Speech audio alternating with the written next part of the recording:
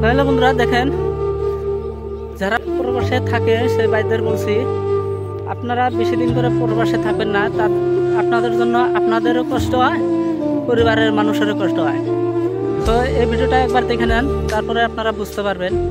আর বেশিরভাগ তাদেরকেই বলছি, যারা প্রবাসী ভাইদের নিয়ে খারাপ খারাপ কথা বলে তাদেরকে বলছি, তোমরা এক কাজ করো, তোমরা আগে এই ভিডিওটা একবার দেখে লো, তারপরে প্রবাসী ভাইদের নিয়ে কথা বলবে।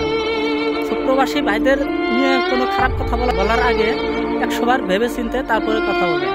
তো দেখেন বন্ধুরা, এতটুকু মেয়ে, তার মনে কত কষ্ট, তার বাবার জন্য, তার পরিবারের কত কষ্ট, এই মেয়েটাকে দেখেই বোঝা যায়। তো দেখেন, একটু আপনারা ভিডিওটা দেখেন।